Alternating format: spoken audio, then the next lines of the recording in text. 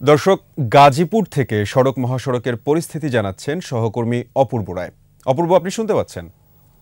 Walton fridge কিনে অনেকের মতো আপনিও হয়ে যেতে পারেন মিলেনিয়াল সেরা। আমাদের গাজীপুর আমি এখন দাঁড়িয়ে আছি ঢাকা মহাসড়কের চন্ডা এলাকায়। এখানে সকাল থেকে কিন্তু এই মহাসড়কে কিন্তু যান চলাচল স্বাভাবিক রয়েছে। মানুষ যারা যাচ্ছে ঈদে তাদের কিন্তু ভোগান্তি নেই। এছাড়াও ঢাকা ময়মনসিংহ মহাসড়কে কিন্তু সকাল থেকে সকল যানবাহন কিন্তু চলছে স্বাভাবিক গতিতে।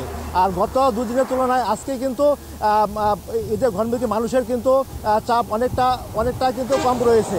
এছাড়াও কিন্তু যানবাহন কিন্তু পর্যাপ্ত থাকলেও কিন্তু তারা যেতে কিন্তু আজকে কিন্তু অতিরিক্ত ভাড়া নেওয়া হচ্ছে বলে আমাকে এখানে যারা যাচ্ছে তারা কিন্তু জানিয়েছে। আর এবার ঢাকা ময়মনসিংহ মহাসড়কের বিআরটি প্রকল্পের 7টি ফ্লাইওভার চালু হওয়ার পরে কিন্তু ওই মহাসড়কের কিন্তু প্রথম থেকে কিন্তু মানুষ স্বাচ্ছন্দ্যে বাড়ি ফিরতে পারছে। আর মহাসড়কের সার্বিক নিরাপত্তায় আইনশৃঙ্খলা বাহিনীর পর্যাপ্ত সদস্যরা কিন্তু এখনও মোড়া রয়েছে। তবে এখন পর্যন্ত খবর হলো ঢাকা টাঙ্গাইল মহাসড়ক ও ঢাকা ময়মনসিংহ মহাসড়কে মানুষ স্বাচ্ছন্দ্যে এবং নিরাপদে কোনো ভোগান্তি ছাড়াই তারা যেতে পারছে গন্তব্যে। এ ছিল আমার কাছে এখানকার সর্বশেষ তথ্য।